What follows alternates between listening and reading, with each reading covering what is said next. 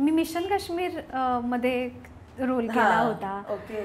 Mission Kashmir कसा मिळाला? आभाळमायाच्या सेटवर. हो, आभाळमायाच्या सेटवर तिथे वरती शूटिंग झालं होतं मिशन काश्मीरचं. त्यांनी बघितलं आणि 5-10 मिनिटाचाच रोल आहे सुरुवातीला. त्यांनी तिथेच सिलेक्शन झालेलं. बाजीराव मस्तानीसाठी मला झुमरी मला फोन आलेला ऑडिशनसाठी. तेव्हा पण मी काही अशी खूप ॲक्टिव्हली काम करत नव्हते. माझं गाण्याचं तर चालू होतं. वाटलं की हे काहीतरी प्रँक होतोय आपल्याबरोबर, असं काही नसेल. एवढं बाजीराव म्हणजे काय संजलीला मध्येच. मग मी जरा फोन केले, कुठून नंबर मिळाला किंवा काय, विश्वासच नाही. मग मी घरी एक ऑडिशन दिली, त्यांना पाठवली. आणि आधी मला वाटलं होतं की महाराष्ट्रीयन असेल कॅरेक्टर, पण नाही. ते माझे ॲज युजल मला आत्तापर्यंत सगळी अशीच कॅरेक्टर्स मिळाली आहेत. झुमरी सारखी डोळे आणि हे सगळं. आधी ना त्याचं खूप प्रेशर यायचं की कसं होणार आहे काम. मी खूप रडायची की माझ्याकडून होणारच नाही. पण ना त्याच्यातूनच जास्त चांगलं काम होत गेलं. त्या टेन्शनमधून आपल्याला चांगलं करायचं. रात्री शूटिंग सुरू झालं. माझे 2-3 टेक्स एकदम ओके गेले आणि संजलीला सरांनी क्लॅप्स वगैरे केले अख्ख्या सेटने त्याच्यासाठी. आणि त्याच्यानंतर माझे रिटेक्स सुरू झाले आणि ते चिडले. कशी आहेस आणि संतूर मॉम दिसतेस यार, काय सिक्रेट आहे हे सगळं? थँक्यू. माझी 2 मुलं हे मोठं सिक्रेट आहे ह्याच्या मागचं की ते मला फिट ठेवतात. पण असं नाही आहे, मला स्वतःलाच छान राहायला आवडतं. आणि दुसरं माझा मुलगा झाल्यानंतर मी प्रयत्नपूर्वक कमी केलं बस. अगदी. सोयरा तुझ्या मुलीचं नाव? सोयरा मुलीचं नाव आहे. मुलाचं नाव आहे सुहित. क्या बात. अरे ऍक्च्युली ना पहिलं मी नाव वाचलं सोयरा, म्हटलं हे किती सुंदर नाव आहे. आणि ना जेव्हा तू लग्न केलं होतंस तेव्हा तुझ्या लग्नाची खूप चर्चा झाली होती. अगदी साधेपणाने तू लग्न केलं होतंस आणि तू लग्नात जे पैसे तुमचे होते तुम्ही अनाथ आश्रमाला दिले होते. हे खूप थॉटफुल आहे सगळं. अनेकदा ना कलाकारांच्या लग्नात किंवा नॉर्मल कोणाच्याही लग्नात खूप खर्च केला जातो, विचार न करता खर्च केला जातो. त्याच्यामुळे कर्ज घ्यावं लागतं यार अनेकांना, राईट? सो तेव्हा काय एक तुझ्या डोक्यात विचार आला होता आणि तुम्ही दोघांनी, तू आणि निखिल, हा निर्णय घेतला? माझ्या घरी थोडं बॅकग्राऊंड आहे. माझ्या तसे संस्कार होते, पण ते प्रत्येकजण म्हणजे माझ्या पार्टनरलाही ते आवडेल, त्याच्या घरी पटेल असं प्रत्येकाच्या घरी वातावरण नसतं. मी तेव्हा निखिलशी शेअर केलं की माझ्या डोक्यात अशी कल्पना आली आहे की आपण साधेपणाने लग्न करूया. म्हणजे आमचं असं नाही की आमचा विधींवर विश्वास नाही आहे किंवा देवावरच विश्वास नाही, असं नव्हतं. पण आपण थोडक्यात करूया. आणि आपण जर का 2 गाण्याच्या संस्था किंवा वनवासी कल्याण आश्रम किंवा अनाथ आश्रम यांना आपण मदत करू शकलो तर छान होऊ शकतं. सो आमच्या डोक्यात कल्पना आली. आणि ॲक्च्युली आम्हाला हे कोणाला सांगायचं नव्हतं, कारण आपण हे करतो ते आपण सांगूच नाही. पण ते कुठून तरी झालं, सोशल मीडियावर गेलं. आणि ते तुला माहितीये आत्ता रिसेंटली बातमी परत फिरते सगळीकडे. फेसबुकवर पुन्हा फिरायला लागली आहे ही बातमी. लोकांना खूप आवडतंय. अजूनही लोकांना म्हणजे खास करून यंग जनरेशनला ही पटण्यासारखी गोष्ट नाहीये. पण आता खूप लोक विचार करतायत, नवीन कपल्स ह्या गोष्टीचा विचार करतायत. चांगली गोष्ट आहे असं झालं पुढे. पण आपल्या सेगमेंटचंच नाव आहे ती सध्या काय करते. तर स्वरांगी सध्या काय करते, काय सुरू आहे? 1.5 वर्षापूर्वी मी आई कुठे काय करते, म्हणजे तू ऍक्टिंग अभिनयाबद्दल विचारलंस तर मी आई कुठे काय केलं होतं. पण ती सध्या काय करते असं विचारलंस तर मी सध्या गाणं करते. माझे हे गाण्याचे प्रोग्राम्स चालू आहेत, माझा रियाज चालू आहे. आणि त्याच्यासाठी म्हणजे रियाजासाठी जी मला शांतता अपेक्षित आहे ती शांतता मिळण्यासाठी मी थोडं अभिनयाकडे थोडं बाजूला ठेवलं आहे. खूप छान काही प्रोजेक्ट आला, कमी दिवसाचा असला तर तो मी करू शकते. पण सध्या मी गाणं करते. तुझं सोशल मीडिया प्रोफाईल मी बघितलं, सगळ्या गाण्याबद्दल आहे. तर स्वरांगी, गाणं आधी आयुष्यात आलं होतं का आधी ॲक्टिंग आयुष्यात आली होती? गाणंच, कारण माझ्या घरातच गाणं आहे, मला पूर्ण संगीताचा वारसा आहे. त्यामुळे ते आम्हाला गाणं करणं हे आमच्यासाठी होणारच आहे. पण 12वीत असताना मी ठरवलं लक्षपूर्वक की मला गाणंच करायचं आहे. जेव्हापासून मी अश्विनी भिडे देशपांडे, पद्मश्री अश्विनीताईंकडे शिकायला सुरुवात केली तेव्हा डिसिजन खूप कठीण होता, कारण माझं ॲक्टिंगचं पण चालू होतं तेव्हा. आणि मी लहानपणीच खूप काम केलं आहे, उलट आत्ताच खूपच कमी झालं आहे, म्हणजे ऑलमोस्ट माझं हे झालं आहे. पण मी एवढं काम केल्यानंतर अजूनही मला लोक सांगतात भेटल्यावर की आम्हाला तुला परत बघायचंय, तू काहीतरी करत राहा, तू दिसत राहा, असं मला अजूनही लोक सांगतात. तर ठीक आहे, म्हणजे मी काय पूर्ण बंद केलंय असं नाहीये, पण माझं डिस्ट्रॅक्शन होऊ नये गाण्यापासून म्हणून मी विचारपूर्वक थोडं आता ऍक्टिंगला बाजूला ठेवलं. किती 16-17 वर्ष झाली असतील गाण्याला तुझ्या? खूप. हो जास्त. हो जास्त. 18 वर्ष झालीस. पण हे सातत्य खूप महत्वाचं आहे ना. ऍक्टिंग किंवा आपलं अभिनय क्षेत्र हे खूप ग्लॅमर देणारं फील्ड आहे. एकदा ती सवय लागली की लागली. अशावेळी ते बाजूला ठेवून एक आपली आवड जोपासणं किंवा आपल्या घरातनं जे आलंय ते करणं म्हणजे जरा कठीण असू शकतं, राईट? तुझी जर्नी सांग मला. लहानपणापासून गाणं तर होतंच, पण मला ना ऑफर्स येत गेल्या. म्हणजे अभिनयाचं काही प्रशिक्षण किंवा असं काही नव्हतं. पण मला पहिल्यांदी बालदूत म्हणून मी एक मालिका केली होती सई परांजपेंची, आणि त्याच्यानंतर एकात एक मला कामं मिळत गेली. माझ्या आईबाबांनी माझ्यासाठी एक काय म्हणूया चांगले निर्णय ते घेत गेले आणि मी तसं काम करत गेले. हे सगळं चालू असताना अभ्यासही तितकाच महत्त्वाचा होता, हे मला आईबाबांनी वेळोवेळी सांगितलं. आणि नंतर मला स्वतःला असं जाणवलं की मला लोकांना जी क्रेज असते ना, पॅशन असतं, म्हणजे जे आपल्याला फेम मिळतंय, आपण सतत दिसतोय, ते मला नाही वाटत आहे. ओके. सो ते मला कशात वाटतंय तर ते मला गाण्यात वाटतंय.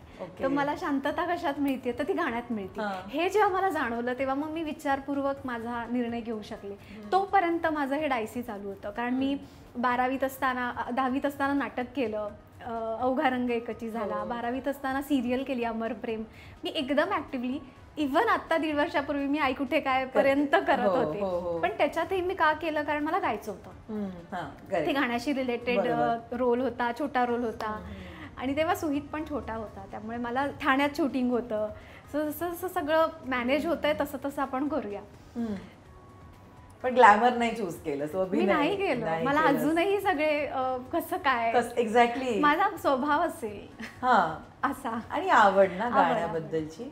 आभाळ मायामध्ये तू काम केलंस आणि ती मालिका आज सुद्धा त्याचे चंक्स आपण बघतो सोशल मीडियावर आणि आवर्जून बघितलं. खूप भरभरून बोलतात सगळेजण त्या मालिकेबद्दल. मला सांग, तुझ्यासाठी काय सुरुवात होती आभाळ मायाची? तू त्याआधी काम केलं? हो, त्याआधी मी काम केलं होतं. एक प्रभात चॅनल म्हणून होतं, त्याच्यावर एक ना चिंगू चिंगम बबली बबलगम अशी एक सिरियल होती. त्याच्यात बबली बबलगम, चिंगू हे काम केलेलं. चिंगू चिंगी तुझ्या तेच तुझ्या चिंगू चिंगी अजूनही लोक चिंगी म्हणूनच ओळखतात अजूनही. हो. तर त्याच्यानंतर तिथे माझं काम बघितलं आणि मला आभाळ मायाच्या सेटवर भेटायला बोलवलं होतं. विनय आपटे होते समोर, मोठी लोक. मला काहीही कळत नव्हतं. माझे आई बाबा घेऊन गेले अंधेरीला, आणि आधी खूप कमी स्पॅनसाठी तो रोल होता, पण मग ते कॅरेक्टर लोकांना खूप आवडायला लागलं. माझ्या स्वभावाच्या इतकं विरुद्ध कॅरेक्टर होतं की ती प्रचंड आगाऊ, चुणचुणीत आणि अशी मुलगी आहे, शांत नाहीये आणि उलट उत्तर देणारी आणि अशी. पण ते लोकांना आवडत गेलं आणि मग पुढे त्याचे खूप झाले एपिसोड झाले. ऍक्च्युली ना आत्ता ना सोशल मीडियामुळे किंवा रील्स बघून वगैरे मुलांना कळतं की ऍक्टिंग काय असते बाबा, डान्स काय असतं. आपली जनरेशन म्हणजे हे आपण ते टीव्ही बघितले, ते कटकट वाले रिमोटचे पण नाही बघितले.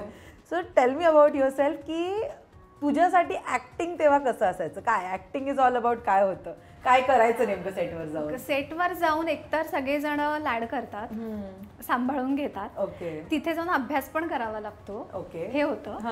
म्हणजे जेव्हा फावला वेळ मिळतो तेव्हा आई माझा बसून अभ्यास घेणार आणि सगळे लाड करणार, आणि फक्त काही पाठांतर असेल तर ती वाक्य पाठ करायची आणि ती बोलायची जाऊन, कारण ती वाक्य अशी हिस्टॉरिकल नव्हतं ना की कठीण आहे. बोली भाषा, आपल्या ताया, आपली आई, आपण जसे भांडतो, आणि त्या खरंच आम्ही भांडायचो. त्या मला त्रास द्यायच्या, लाड करायच्या, खोड्या काढायच्या. मग मी सुकन्याताईला जाऊन सांगणार, मी सुकन्याताईकडे राहायला जायची. खूप मजा केली आम्ही. खूप पाठ व्हायचे तुझे डायलॉग्स तेव्हा? व्हायचे. क्या बात. कॅमेरा वगैरे म्हणजे आत्ता तर खूपच पुढारलंय सगळं. आधी गोष्टी अनेक म्हणजे खूपच वेगळ्या होत्या. वन शॉट असायचे अनेकदा, किंवा आता काय वाईड करूया किंवा ओएस करूया, बऱ्याच गोष्टी आहेत. तेव्हाचं शूटिंग टेक्निक तुला तोंडपाठ झाले होते का काय? कसं होतं ते? मला ना एक अजूनही मेमरी आहे. मंदार देवस तिसरीत. 7-8 वर्षांची. हां, दुसरी तिसरी. ओके. मंदार दादा सायलेन्स असं जोरात म्हणायचं, ती मेमरी माझ्या डोक्यात इतकी घट्ट आहे की अजूनही मी ते सायलेन्स म्हटल्यावर जे सगळे शांत व्हायचे ना, ते मी अजूनही विसरू शकत नाही. तेव्हा सायलेन्सचा अर्थ सायलेन्स हाच होता. आता फोनच वाजतोय किंवा काहीतरी होतच असं असतं ना आता. पण किती स्ट्रॉंग मेमरीज असतात आणि आपल्यावर त्याचा किती इम्पॅक्ट होतो, खूप जास्त. अगदी. सुकन्याताई म्हणजे तिने तर रडवलंय घरातल्या कित्येक स्त्रियांना. ते टायटल ट्रॅक लागल्यावरच प्रत्येकाकडे टीव्ही चालू व्हायचा. तुझा कसा बॉन्ड होता त्यांच्यासोबत? अजूनही म्हणजे आईच्या जागी आहे ती. म्हणजे आम्ही काय असं रोज बोलत नाही किंवा असं, पण अजूनही तिच्या पर्सनॅलिटीमध्ये ते जे आपसुकच एक माया आहे ना, ती म्हणजे वेगळंच आहे तिच्याकडे. तिच्या आता किती लेकी झाल्या. आमचा एक ग्रुप आहे व्हॉट्सॲपवर, सुकन्याताईच्या लेकी. प्रत्येक जण तिच्यावर तेवढ्याच हक्काने ही माझी आई आहे. प्रत्येकाला हे वाटतं की ही फक्त माझी आहे. अगं खूप मुली आहेत, आभाळाबाळातल्या सगळ्या मुली माझ्या कॅरेक्टरच्या पुढच्या तिघी ज्या झाल्या त्या, मग प्रत्येक अशा तिघी होतो ना मी, प्रत्येकीच्या पुढचे अशा खूप मुली झाल्या तिला. प्रत्येकाला हे वाटणं तिच्याबद्दल, ह्याच्यातच तिचं मोठेपणा आहे, तिचं यश आहे की प्रत्येकीला वाटतं ही आपली आणि फक्त आपलीच आई आहे असं. तेव्हाही ती खूप लाड करायची आणि तिच्याकडून खूप गोष्टी तेव्हा कळायच्या नाही की ॲक्टिंग वाईज ती काय करते. पण आता जाणवतं, जे जुने एपिसोड बघताना ती ज्या प्रकारे रडायची, पाणी आणायची डोळ्यात, हे आत्ता जाणवतं की किती काय लेवलची आहे ती. तुला तेव्हा काही कठीण जायचं का गं पण काम करताना? लहान होतीस ऑब्व्हियसली खूपच, बट मला रिटेक्स झाले की जरा चिडचिड व्हायची, कळायचं नाही काय होतंय, कारण आत्ताच तेवढं केलंय, परत करायचंय. एकदा असं एका सिरियलमध्ये झालं होतं की मला असा शब्द होता की चिकटवणं, तर ते मी चिटकवणं म्हणत होते आणि त्याचे एवढे रिटेक्स झाले. शेवटी ते डिरेक्टर म्हणाले की तू ब्रेक, हिला जरा बाहेर घेऊन जा, रडायला लागले मी, का होत नाही आपल्याकडून, असं माझ्यामुळे सगळं थांबलंय. तर मग जरा बाहेर घेऊन गेले, आई बाबांनी राऊंड मारून आणली, झाला तो. ॲक्च्युली ना पॅरेंट्स सपोर्ट आपल्याला खूप महत्त्वाचा असतो आणि मी आत्ताही बघते अनेकांचे छोट्या मुलांचे आई वडील सेटवर असतात. तू मगाशी मला म्हणालीस की घेऊन गेले होते तुला सेटवर ऑडिशनसाठी, राईट? आई बाबांचा तेव्हापासून तुला कितपत पाठिंबा किंवा कसा पाठिंबा मिळाला?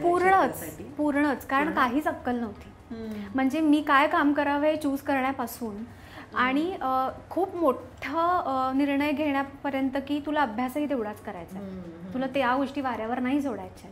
आणि तितकंच ग्राउंडेड ठेवण्यासाठी आईबाबांचा सगळ्यात मोठा वाटा आहे. आणि खास करून आईचा, कारण पूर्ण वेळ आई असायची माझ्याबरोबर आणि बाजीराव मस्तानीपर्यंत आई होती माझ्याबरोबर. बाजीराव मस्तानीपर्यंत, कारण माझं नाईट शूट असायचं, नाईट शिफ्ट असायची फिल्म सिटी.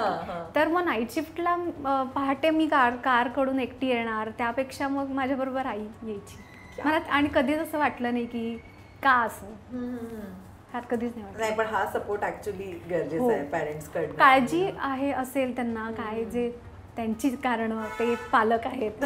आज आता मला कळतंय की काय लेवलची काळजी त्यांना वाटू शकते, ते आज मला आई झाल्यावर कळते. अगदी. आता ना म्हणजे अनेकांना प्रश्न पडतो की मालिकांमध्ये किंवा चित्रपटांमध्ये जी लहान मुलं काम करतात ती शाळेत जातात की नाही किंवा ती अभ्यास करतात की नाही, कारण आपण त्यांना बघतो ते टीव्हीवर, हे कधी अभ्यास करतात. हो, मला विचारायची लोक की तू अभ्यास कधी, ट्रेन मध्ये वगैरे बायका विचारायच्या की हे काय करते, अभ्यास कर जा. 10वीत नाटक केलं होतं तेव्हा लोक येऊन सांगायची तू 10वी आहे तुझी, अभ्यास कर. प्रेशर यायचं, पण त्याच्यामुळे अजून जिद्द वाढायची आणि त्याच्यामुळे मी अजून जोमाने काम करत. आणि शाळा वगैरे पण ऍडजस्ट खूप सपोर्ट, माझी शाळा. तू कसा अभ्यास करायचीस? अरे मला ना खूप, मी एकदम स्टुडियस होते. आवड, अभ्यासाची आवड, मला कॉलेज पर्यंत अभ्यास करायला आवडतो, त्यामुळे कदाचित झालं असेल की दोन्ही गोष्टी मॅनेज. पण ना शाळेतून पण तेवढाच सपोर्ट होता. मी सरस्वती सेकंडरी स्कूल ठाण्यात मराठी मीडियम मध्ये शिकले आणि खूप शाळेने पण सपोर्ट केला, शिक्षकांनी केला सपोर्ट. म्हणजे तसा वाईट सपोर्ट नाही की होतंय फेम मिळतंय पास, असं नाही. एकदम चांगल्या पद्धतीने सपोर्ट केला. तू सेटवर अभ्यास करायचीस आणि मग एक्झाम. क्या यार, भारी आहे. असं असतं ना की आपण आता आभाळमयासारखी मालिका करतोय, ही संपल्यानंतर पुढे सुद्धा आपल्याला त्या प्रकारचं काम येतं किंवा मे बी याच्यापेक्षा अजून चांगलं येतं. आपल्या पालकांचं डिसिजन इथे महत्त्वाचं असतं, पण आपल्याला पण ती एक चटक लागली असते की करूयात ना, कॅमेऱ्यासमोर काम करूया, हे आपल्याला आवडतंय. सांग मला तेव्हा काय होतं, म्हणजे आभाळमायानंतरचं तुझं आयुष्य कसं होतं? प्रचंड प्रमाणात फेम ना, खूप जास्त. आजही मला जाणवतं ना, आजही लोक ओळखतात मला चिंगी म्हणून, कारण म्हणतात तुझा चेहराच नाही बदललाय, तशीच आहे. ओळखू शकतात लोक. दात पडलेले होते तेवढाच काय तो फरक होता, फेस कट तसाच आहे. तर प्रचंड प्रमाणात मालिकेला लोकप्रियता मिळाली होती, त्या कॅरेक्टरला मिळाली होती. तर लोकांचं आपुलकीने लोक अजूनही त्यांना वाटतं मी त्यांच्या घरातलीच आहे, जसं सुकन्याताईला किंवा सगळ्यांनाच बघून त्या मालिकेतल्या वाटतं. तर कधी कधी ना त्याचा त्रास पण व्हायचा. लोक घेराव करायची, मला वेगवेगळ्या ठिकाणी चीफ गेस्ट म्हणून बोलवायचे, मज्जा यायची. कॉलेजेसमध्ये बोलवायचे आणि खूप शाळांमध्ये बोलवायचे. मग त्याच्यासाठी आम्हाला छोटंसं भाषण तयार करायला लागायचं. मग ते परिसंवाद आणि ह्याच्यासाठी हो खूप इंटरव्ह्यूज व्हायचे आणि ते खूपच लोकप्रियता मिळाली त्याच्यामुळे. मग त्यानंतर कोणतं काम केलंस तू चिंगीनंतर? त्याच्यानंतर मी मिशन काश्मीर मध्ये रोल केला होता. त्याच्यानंतर मी 10वीत मिशन काश्मीर कसा मिळाला? आभाळमायाच्या सेटवर. आभाळमायाच्या सेटवर तिथे वरती शूटिंग झालं होतं मिशन काश्मीरचं. त्यांनी बघितलं आणि 5-10 मिनिटाचाच रोल आहे सुरुवातीला, त्यांनी तिथेच सिलेक्शन झालेलं. तुला माहिती होतं हा हिंदी प्रोजेक्ट आहे आणि हा एवढ्या मोठ्या लेवलला बनतो? फक्त मी कोणाला ओळखत होते, ऋतिक रोशन तर नवीन होता, ते मला काहीच कळत नव्हतं. संजय दत्त मला ओळखू येत होते की यांना आपण बघितलं, आणि जॅकी श्रॉफ. त्यांच्याबरोबर माझे फोटो आहेत, ते मला ते आठवते अजूनही. आणि ते पण कठीण गेलं ग, कारण हिंदी बोलायचं. त्या एवढ्या वर्ष मी कधी हिंदीच बोललेली नाहीये. ते पण तू बघशील ना त्याच्यात मी पूर्ण मराठी हिंदी बोललेली आहे. मराठी टच हिंदी आहे ते, पण ते निभावून गेलं यार तेव्हा. हे इंटरनेटवर कुठे नाही आहे तुझ्या मिशन काश्मीर बद्दल? आहे असेल. हो असेल, बिकॉज बाजीराव मस्तानी बद्दल वगैरे आहे, बट मिशन काश्मीर मी पहिल्यांदाच ऐकलंय. मग मी आभाळमायानंतर व्यक्ती आणि वल्ली सिरियल केली, थरार केली, रेशीम गाठी, म्हणजे छोटे छोटे एपिसोड असायचे बघ. थरारचे 2 एपिसोड, व्यक्ती आणि वल्लीचा 1 एपिसोड, किमयागार, ही चाळ कुरू कुरू, अशा खूप मालिकांमध्ये मी केलंय काम केलं. ऍड्स केल्या, बेडेकर मसाले, रुमा क्युअर, हे मी लहानपणी खूप काम केलंय. म्हणून तू आता जरा निवांत आहेस की आता जरा रिटायरमेंट नको. रिटायरमेंट आयुष्य नाहीये ना तुझं, जरा रिटायरमेंट घेऊया आणि निवांत. नाही निवांत नाही, निवांत गाणं चालू आहे. हे खूप छान आहे की मिशन काश्मीर केलास तू, किंवा बाजीराव मस्तानी म्हणूया आपण, इतकं काम केलंस, ऍड्स केल्या. खरंच यार, ग्लॅमर कसं, मला अजूनही प्रश्न, ग्लॅमर तू कसं बाजूला ठेवलंस? गाण्याची एवढी आवड, ताकद आहे ती गाण्याची असं मला वाटतं. असेल कारण माझा नवरा पण मला कधी कधी म्हणतो की तुला कसं काय, तू अशी कशी काय आहेस? कारण बघ ना, मी सोशल मीडियावर पण खूप ऍक्टिव्ह नाहीये. माझं जेवढं गाण्याचं मला नाही आवडत, मी काय करू? तू इंट्रोवर्ट आहेस का एक्स्ट्रोवर्ट? इंट्रोवर्ट. ज्यांच्याशी आहे एक्स्ट्रोवर्ट त्यांच्याशी आहे, पण सिलेक्टिव्हली. पण इंट्रोवर्ट म्हणता येईल. कारण जेव्हा लहानपणापासून यश मिळतं ना आपल्याला, तेव्हा ना ती पावलं त्याच दिशेने वळतात. अगं ते म्हणतात there is no going back then. मग मी एकदा सुरू केलं तर सुरूच केलं, असं असतं. पण असे खूप असतात ना की जे लहानपणी काम करतात ते मोठेपणी जाऊन फ्लॉप होतात. हो, असं पण वाटू शकतं लोकांना. नाही ना, पण असं काही गैरसमज नाहीये ना तुझ्याबद्दलचा की आता काम मिळत नाहीये बाबा? मीच स्वतःला बाजूला केलं. ऍक्टिंग एका प्रकारे, ऍक्टिंगचं जग सगळं जगून झाल्यानंतर तू गाण्याच्या ह्याच्यात पाऊल की मी बघितलंय ना की काय आहे. तर मला अशी क्रेज नाहीये, म्हणजे पॅशन असतं बघ, दिवसभर मेकअप करून मला त्याचा कंटाळा आला की मी नाही करू शकत हे. ते मग माझा वेळ मी रियाजासाठी वापरू शकते. मग माझं पॅशनच ते असल्यामुळे कदाचित. रियाज कधी आला आयुष्यामध्ये? कितव्या वर्षी? सगळं ऍक्टिंग झाल्यानंतर? नाही ग, माझं म्हणजे घरात असल्यामुळे घरात रियाज करायचा. मग माझं ट्रेनिंग सुरू झालं गाण्याचं घरी, असं 5-6 वर्षांची. तिथून सुरूच झालं. मग सायमल्टेनियसली ते पण चालू होतं, गाण्याच्या कॉम्पिटिशन्स. मला गाण्यासाठी माझं ट्रेनिंग सुरू झालं तेव्हा मी सिरियसली विचार सुरू केला. मला मग स्कॉलरशिप्स मिळाल्या शास्त्रीय संगीतासाठी. मग का नाही, मग आपलं हे का नाही करायचं. सरांगी लहानपणापासून तू खूप काम केलेस आणि तुला खूप आधीपासूनच अप्रिसिएशन मिळत आलं असेल प्रेक्षकांकडनं. तुझ्या लक्षात राहणारी तुला मिळालेली पोचपावती कोणती आहे, कुठल्या कामासाठी किंवा काय होतं ते नेमकं? मला पहिलं तर आठवतं की मला झी गौरव अल्फा गौरव पुरस्कार मिळालेला. ते माझ्यासाठी अजूनही खूप मोठी आणि छान मेमरी आहे की ती झीची ट्रॉफी आपल्या घरी आहे, मोठा चॅनल आहे आणि असं. आणि वेळोवेळी चांगल्या लोकांनी जेव्हा काम बघून शाबासकी दिली, कारण अवघा रंग जेव्हा नाटक केलं त्याचे मी खूप शोज केले आणि त्याला खूप चांगली एक तर प्रभाकर पणशीकरांचं ते नाटक होतं. खूप चांगल्या लोकांसमोर काम करण्याची संधी मिळाली, गायची संधी मिळाली, कारण ते संगीत नाटक होतं.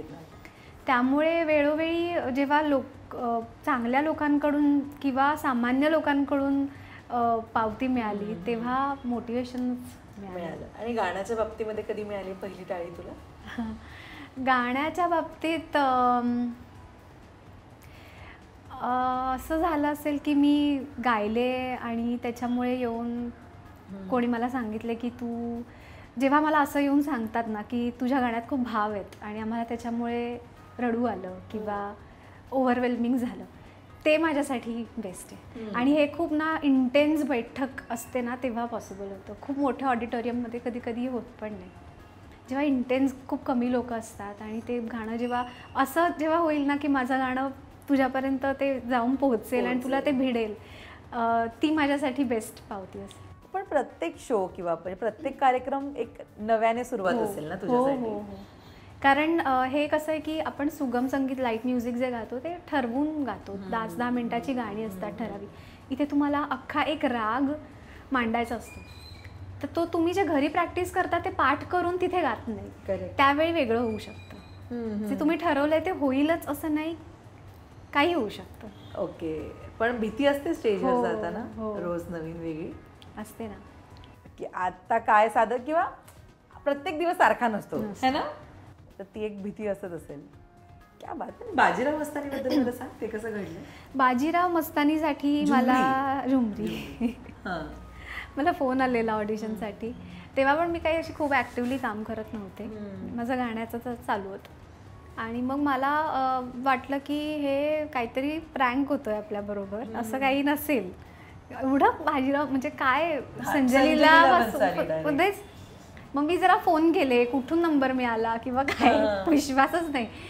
असाच आम्हाला एक कोणी नंबर दिलाय, तर तिथून मग ठीक आहे आपण, मला घरच्यांनी खूप हे केलं की दे ऑडिशन, काय करते, सिरियसली घे, असं करून करत असेल. मग मी घरी एक ऑडिशन दिली, त्यांना पाठवली.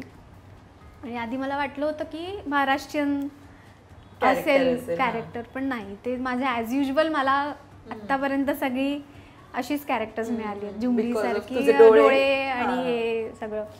सो मी दिली ऑडिशन आणि मग मला त्यांनी ॲक्च्युअल सेटवर बोलवलं ऑडिशनसाठी. तिथे गेले, तिथे ऑडिशन दिली. तिथे मला काय असे होप्स नव्हते की माझं काय एवढं ग्रेट हिंदी नाही आहे की हाय पण ठीक आहे होईल वगैरे. झालं. आणि मला 2 महिन्यांनी फोन आला की तुझं सिलेक्शन झालं आहे आणि अशा रोलसाठी. मला मग संजय लीला बन्सालींनी बोलवलं होतं भेटायला. त्यांच्याशी इंटरॅक्शन खूप छान होतं, कारण त्यांना स्वतः गाण्यातलं खूप नॉलेज आहे. सो त्यांनी मला विचारलं होतं की बघ, हा रोल छोटा आहे, असा रोल आहे, तुला चालणार ना, म्हणजे तू आधी काम केलंयस, पोरबाजार झाला होता ते. येस. तर तू कम्फर्टेबल ना, म्हणजे म्हटलं हो, की का नाही, मी संधी का सोडू, चांगली लोक आहेत, चांगलं सगळं आहे, सगळं चांगलं आहे. मी केलं काम आणि खूप शिकायला मिळालं मला. ह्यूज बॅनर, ह्यूज सेट्स, म्हणजे ते बघण्यासारखंच आहे, सगळं अनुभव घेण्यासारखं. किती सुंदर, म्हणजे एक व्हिज्युअल ट्रेट आहे तो चित्रपट, म्हणजे खूप शिकायला मिळालं. त्या सेटवरची कुठली मेमरी आहे तुला सगळ्यात जास्त लक्षात आहे? सेटवर सगळे एकदम प्रॉपर कायम असेच असायचे की सतत काम करायचं आणि फुल एकदम अटेन्शनमध्ये सगळे प्रॉपर, की कधी काय चुकलं आणि झालं आता वाट, असं होतं. सगळे टेररमध्ये असायचे. पण ते मला आधी ना त्याचं खूप प्रेशर यायचं की कसं होणार आहे काम. मी खूप रडायची की माझ्याकडून होणारच नाही, पण ना त्याच्यातूनच जास्त चांगलं काम होत गेलं. त्या टेन्शनमधून आपल्याला चांगलं करायचं. आणि एकदा असं झालं की रात्री शूटिंग सुरू झालं, माझे 2-3 टेक्स एकदम ओके गेले आणि संजय लीला सरांनी क्लॅप्स वगैरे केले अख्ख्या सेटने त्याच्यासाठी. आणि त्याच्यानंतर माझे रिटेक्स सुरू झाले आणि ते चिडले. सकाळ झाली, ऊन म्हणजे सूर्य आला आणि झालं पॅकअप झालं. परत रात्री त्या रात्री परत तुझं सीन आहे ज्याच्यात ती तलवार घेते त्याच्यात मी बोलतेय, त्या सीनचा रिटेक झालेला, तो मला अजूनही आठवतो. पण खूप बारीक बारीक गोष्टींकडे त्यांचं लक्ष असायचं. पिन पासून ओढणी कशी लावली आहे, म्हणजे खूप शिकण्यासारख्या गोष्टी आहेत. किती परफेक्शन असायला पाहिजे. दीपिका आणि रणवीर कसे होते? रणवीर सिंग बरोबर नाही एवढा, एकच सीन झाला, पण दीपिका पडुकोण बरोबर खूप छान होतं. एक तर ती खूप प्रोफेशनल आहे आणि असं खूप मला तर डाऊन टू अर्थ वाटली, की म्हणजे जेवढं ती माझ्याशी बोलायची तेवढं खूप स्वीटली बोलायची. खूप सुंदर आहे ती, सगळ्यांनाच माहिती आहे. आणि खूप प्रॅक्टिस करून घ्यायची, म्हणजे आम्ही खूप प्रॅक्टिस करायचो आणि मग सेटवर ॲक्च्युअल सीन व्हायचा. एफर्ट्स किती घेत असेल ती त्याच्या मागे, आणि तिचं त्यांना पण मेंटल प्रेशर किती असेल ना, कारण त्यांचा एवढा मोठा रोल आहे, सतत त्याच्यात राहायचं, त्या कॅरेक्टरमध्ये राहायचं. प्रत्येक गोष्ट मनासारखी होत नाही, कधी काय सेटवर बिघाड होतो, कधी बदल होतात, तरी आपलं शांत ठेवून आपलं करत राहायचं खूप कठीण आहे. तर शिकायला हिंदी वगैरे एवढं छान मिळत असताना आपण सिलेक्टिव्ह काम करतो. मला हे मोटिवेशन घेऊ का काही कळत नाही आहे मला, की फक्त आपलं बट हे ॲक्च्युली हे मोटिवेटिंग आहे खूप, की आपल्या पॅशनच्या मागे राहायचं. मला सांग सराली, की तुला आजवर तुझ्या या एवढ्या प्रवासामध्ये कोण अशी लोक आहेत किंवा काय त्या सिच्युएशन्स आहेत ज्या इन्स्पायर करत आल्यात आजवर? खूप असं तर म्हणजे खूप लोक इन्स्पायर करतात मला. आई बाबा पहिली गोष्ट तर खूप जास्त इम्पॅक्ट आहे. त्यांचे संस्कार, त्याच्यामुळे कदाचित असे विचार झाले असतील. आणि प्रत्येकाकडूनच म्हणजे माझ्या मुलांकडून पण शिकायला मिळतात आपल्याला गोष्टी, की हॅप्पी कसं राहायचं. पण आई बाबा, माझ्या गुरु डॉक्टर विदुषी अश्विनी भिडे देशपांडे, त्यांच्याकडून खूप गोष्टी शिकायला मिळाल्या. ओके, सो हे सगळं इन्स्पायर करतं. तर तुला मी अनेकांना बोलताना ऐकले स्वराली, की लग्नानंतर आयुष्य बदलतं. तू 2017 16 मध्ये लग्न केलंस. मला सांग, तुला असं वाटतं लग्नानंतर आयुष्य नाही अजिबात नाही, काहीच नाही असं नाही म्हणलं. आपल्यावर निखिल इंजिनियर आहे. ओके. हो, आमची दोघांची फील्ड वेगवेगळी आहे. तुमचं लव्ह मॅरेज आहे. पण मला असं नाही वाटत, म्हणजे ते प्रत्येकावर डिपेंड करतं. आपण त्याचा किती इश्यू करायचा, किती भाऊ करायचा एखाद्या गोष्टीचा. कारण बघ ना, माझं लग्न लवकर, त्या मानाने लवकर झालं. मी 25 झाले आणि माझं लग्न झालं, आणि मला 31 वयाच्या 2 मुलं झाली. वा. आता मी माझा एज सांगू की नको, मला कळत नाही. आता कळलं. पण मी त्याचा कधीच इश्यू नाही केला. आणि असं पण झालं नाही कधीच की माझं लग्नानंतर काम थांबलं ना. म्युझिक किंवा मला असं निखिल तर कधीच मला सासरच्यांनी म्हटलं नाही की तू करू नको, कारण आमच्याकडे सगळ्यांना ऍक्टिंग, सासरी सुद्धा आवडतं. सो कायम सपोर्ट. मी इव्हन माझ्या सासूबाई सुद्धा, की त्या स्वतः तर सिरियलच्या एवढ्या मोठ्या फॅन आहेत, त्यांना आवडतं की मी सिरियलमध्ये करावं, असं त्यांना वाटतं की तू सोडू नकोस काम करणं, थोडं करत राहा. हा, सो त्यांनी असं कधीच नाही म्हटलं. सो एवढं असेल तर मग का आपण रडत बसायचं, त्याचा आपण चांगला फायदा करून घेतला पाहिजे. आणि मुलं होण्याचा डिसिजन, लग्नाचा डिसिजन हा माझा होता, त्यामुळे मी कधीच त्याचा बाऊ नाही केला. अजूनही मी मुलांसाठी जो काही डिसिजन घेतलाय त्यांच्यासाठी करण्याचा, त्याचा मला कधी त्रास नाही झाला. त्यामुळे पण मुलांनंतर आयुष्य बदललं का नाही? तेव्हाही नाही, सोयरानंतर किंवा आता मुलगा झाल्यानंतर? मी असं म्हणेन की मी लकी आहे, कारण मला सपोर्ट सिस्टम आहे. माझे आई वडील आहेत, सासूबाई आहेत बघायला. पण खरंच ज्या मुलींना सपोर्ट नसतो त्यांच्यासाठी कदाचित चेंज होत असेल. पण तू प्रेग्नन्सी मध्ये वगैरे सुद्धा शोज करत होतीस? हो. मी 8व्या-9व्या महिन्यापर्यंत तानपुरा घेऊन गात होते. सोयराच्या वेळी, स्विचच्या वेळी तर मी अजून ऍक्टिव्ह होते. काय सांगतेस? मी खूप ट्रॅव्हलिंग केलं, खूप प्रोग्राम्स केले, मी कुठेच थांबवलं नाही. म्हणजे माझ्या बॉडीने मला सपोर्ट केला की मी एकदम, माझं पुट ऑन पण झालं नाही आणि मी खूपच ऍक्टिव्ह होते. म्हणजे त्यामुळे मी कुठेच थांबले नाही यार. 8व्या-9व्या महिन्यापर्यंत काम केलंस तू बसून. म्हणजे मला तर बसून गायचं असतं ना एका जागी, तानपुरा घेऊन. हो, म्हणजे थोडे थोडे बदल होतात की श्वास कमी पडतोय, थकायला होतंय, पण मी ते सगळं एन्जॉय केलं. मी कुठेच थांबवलं नाही. आणि सुईत झाल्यानंतर तर मी अगदी 5व्या महिन्यात आई कुठे काय केलं, फीडिंग चालू होतं माझं. पण घरी सोडून हो, तो सेटवर यायचा. ओके, त्याला घेऊन जायचे घरात, पण असं थांबवलं नाही. म्हणजे मला तर उलट माझ्यासाठी खरंच आई कुठे काय करतेमुळे मला एक ना बाहेर पडायला मदत झाली त्या फेज मधून. कारण आपण पूर्ण त्या बाळांच्या फेज मध्ये असतो आणि आजूबाजूला सगळेच दिसतात, काम करतायत आणि आपण जरा थोडस मागे असतो. विचार येतो डोक्यात. हो वा. तर तेव्हा तू आई कुठे काय करते घेतलीस. स्वरांगी, तुझं हे नाव ते गाण्याचं सगळं बॅकग्राऊंड म्हणून ठेवलंय का? आई बाबांनी. त्यावेळी हे नाव कोणीच ठेवलं नव्हतं मला वाटतं. आता खूप जण स्वरांगी आभाळमाळ्यामुळे ठेवतात की आम्ही आमच्या मुलीचं नाव स्वरांगी ठेवलं आभाळमाळ्यामुळे, चिंगीमुळे. केवढा विचार केला. हो, अक्षता तर खूप लोकांनी ठेवलं. त्याच्यात अक्षता नाव होतं ना, अक्षता नाव खूप लोकांनी व्हायरल झालेली नाव तेव्हाची. वा, मस्त. आता सगळेजण ना मेंटल हेल्थ आणि मेंटल पीस बद्दल बोलतात. खरं तर तू लहानपणापासून काम करत आली आहेस, त्याच्यानंतर 2 डिलिव्हरीज आणि त्यातही काम करणं. आपण कितीही नाही म्हटलं तरी आपल्या मेंटल हेल्थचा कस लागतो अशा वेळी. मला सांग, तू कसं तुझी मेंटल पीस जपतेस किंवा मेंटल हेल्थकडे किती लक्ष देतेस? खूपच महत्त्वाचा प्रश्न विचारला तू. मला एक मोठी मदत होते माझ्या गाण्यामुळे. कारण मी रियाजाला बसले कीच पहिली गोष्ट मी शांत होऊन जाते. पण असं नाही आहे, मला रियाज करावा लागतो, तो विचारपूर्वक करावा लागतो, कारण माझं ते प्रोफेशन आहे. बरोबर. असं नाही की मला त्रासच नाही झाला डिलिव्हरीज नंतर, जे काय डिप्रेशन येतं किंवा असं तू मगाशी बोललीस तसं वाटतं की सगळेजण काम करतायत, आपण काय करतोय हे वाटू शकतं. वाटलं होतं मला सुद्धा. आणि आता तर ना खूप अवेअरनेस आलाय आणि मदत म्हणजे असं खूप मोठं आपल्या आयांना किंवा त्यांच्या आज्यांना वगैरे वाटू शकतं की काय फॅड आहे तुमचं, कशाला जायचं आहे वगैरे. पण आता खूप काळ बदलला आहे आणि जर का तुम्हाला मदत घ्यावीशी वाटते, कोणाशी बोलावं असं वाटतंय, तर तुम्हाला ते करायला पाहिजे, तुम्हाला बोलायला पाहिजे.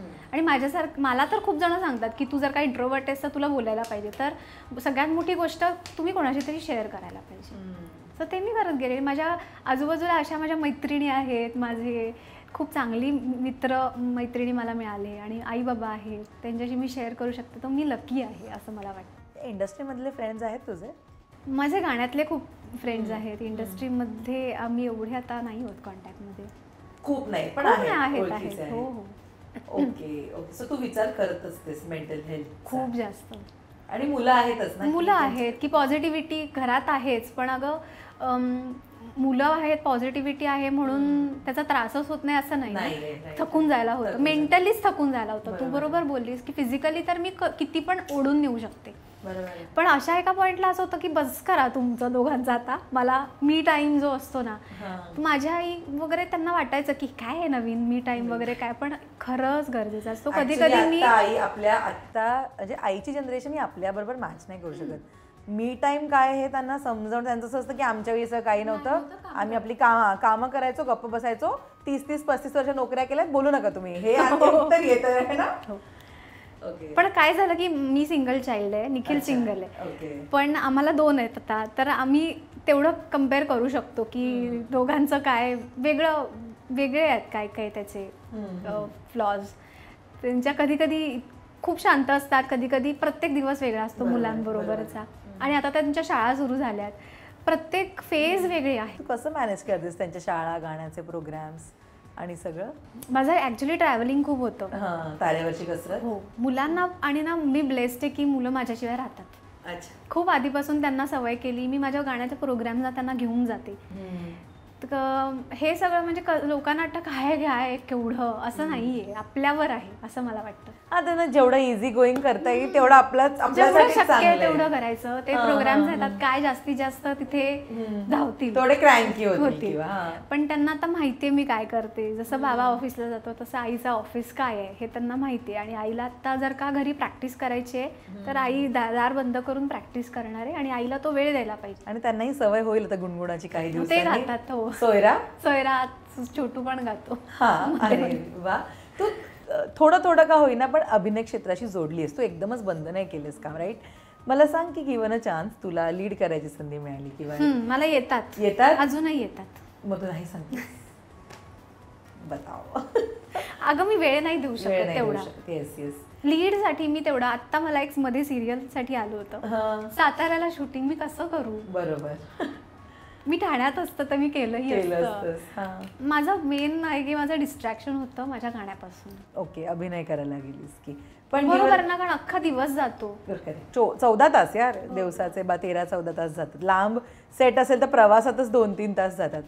पण जर कधी आयुष्यात एकदा विचार आला की आपण फुल टाइम अभिनयावर फोकस करूया, तर स्वरांगी मला सांग, तुला कुठल्या प्रकारची भूमिका करायची आहे? असा काही विचार केलाय का? नाही केलायस? मला ही अरुंधतीची भूमिका करायला. आई कुठे काय म्हणते. त्याच्यामध्ये गाणंही असेल.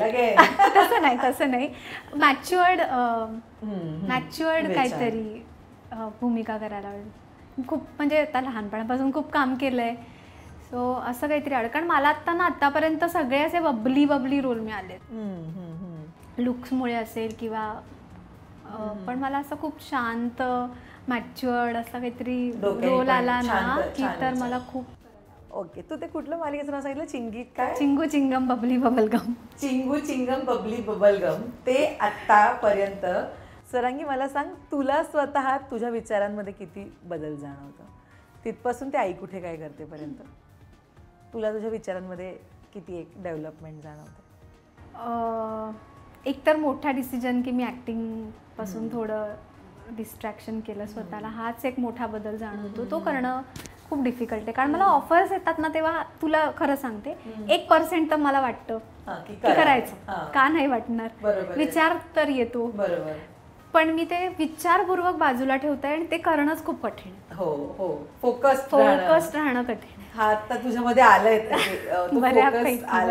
ओके, सो या नोटवर एक छोटासा रॅपिड फायर ठेवूया सरांगी. आपण रेडी? बरं, पहिला प्रश्न रॅपिड आणि रॅपिड उत्तरं द्यायची. ओके. तुला आतापर्यंत तुझं आवडलेलं एज कोणतं होतं? एज ग्रुप कोणता होता तुझा आवडलेला? 2री 3री जी मी होते ती 7-8 वर्षाची. आभाळ. ओके. सगळ्यात स्टुपिड डेअर तू आतापर्यंत कोणतं केलेस? कोणतं केलेस? मी डेअर असं नाही म्हणणार, पण मी डान्स केलेला आहे. अच्छा. खूप कम्फर्टेबल नाही आहे मी, पण मी कॉलेजमध्ये डान्स करायचे. ते माझ्यासाठी फनी होतं जरा. मला मैत्रिणी म्हणायच्या तू छान करतेस, माझ्यासाठी ते फनी होतं, ते माझ्यासाठी डेअर. ओके. कॉलेजमध्ये असताना तू कशासाठी सगळ्यात जास्त फेमस होतीस? गाण्यासाठी होते, पण खूप मुलं माझ्या पाठीला. अरे यार, आज उत्तर एक्सपेक्टेड होतंय. Rose day. ओके. कोणत्या गोष्टीवर पैसे खर्च करणं तुला वर्थ वाटतं? कपडे. अच्छा, शॉपहॉलिक. ओके. खूप सारे कपडे. खूप सारे कपड्यांवर. बरं, तू कधी कोणासाठी गाणं किंवा कविता लिहिली आहेस का? हो. कोणासाठी? मुलीसाठी, नवऱ्यासाठी, स्वतःसाठी नाही लिहिलीस. ओके. तुझं हिडन टॅलेंट काय आहे? स्वयंपाक. चांगला स्वयंपाक करतेस तू? ओहो, येणार मी एकदा. जर तुला कधी प्राण्यांमध्ये ट्रान्सफॉर्म होता आलं तर तुला कोणता प्राणी बनायला आवडेल?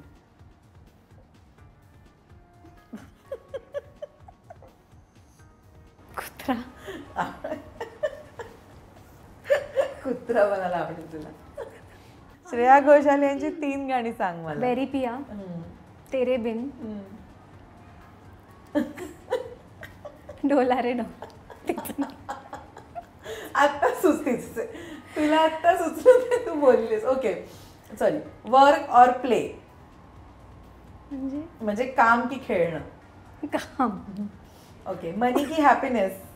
हॅपीनेस. फिजिकल स्ट्रेंथ और mental strength? Mental strength. Okay. तुझं स्वतःचं नेटफ्लिक्स अकाउंट आहे की तू अजून कोणाचं वापरतेस?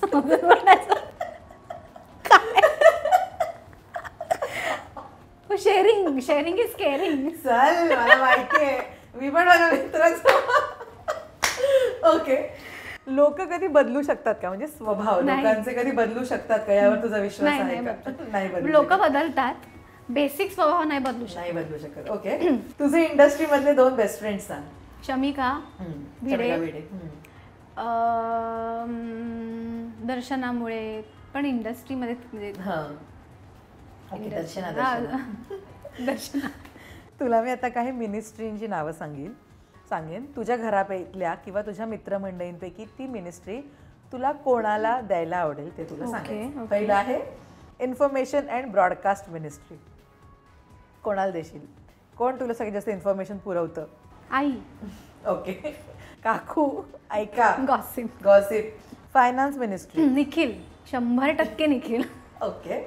हेल्थ मिनिस्ट्री सासूबाई खूप जास्त कॉन्शियस, हेल्थ कॉन्शियस. तेवढ्याच गप्पा असतात आमच्या हेल्थ बद्दल खूप जास्त. आयुर्वेद. ओके. घरचे उपाय म्हणजे परफेक्ट दिलेत मी सगळ्यांना, परफेक्ट दिलेत. वा वा. मस्त. स्वतःकडे तिघांपैकी एकही मिनिस्ट्री ठेवली नाहीस तू? तू नाही जात कोणाला इन्फॉर्मेशन द्यायला किंवा टिप्स द्यायला हेल्थच्या वगैरे? नाही. वा वा, मस्त. सो आता काय, छान झाला रॅपिड, मला खूप आवडला. सो आता एक गायिका बसली यार फ्रेममध्ये आणि जर मी तिच्याकडनं गाणं गाऊन नाही घेतलं तर हा इंटरव्ह्यू कसा पूर्ण होईल. सो स्वरांगी, जाता जाता तुझ्याकडनं मला कोणतं गाणं ऐकायला आज मिळेल? माझ्याकडून लोक ना नेहमी म्हणजे क्लासिकल ऐकतात किंवा असं खूप ऐकतात टिपिकल. तर आज मी ठरवलंय की मी एक गझल गाते जगजीत सिंगची. ती मला खूप आवडते, झुकी झुकी सी नजर. त्याचं एक कडवं आणि थोडंसं.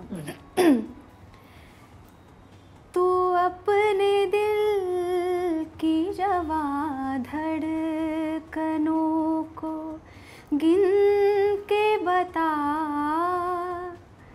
तू अपने दिल की जवां धड़कनों को गिन के बता, मेरी तरह तेरा दिल बेकरार है कि नहीं, दबा दबा सा सही दिल में प्यार है कि नहीं, झुकी झुकी सी नजर बेकरार है कि नहीं, दबा दबा सा सही दिल में प्यार है कि नहीं, झुकी झुकी सी नजर.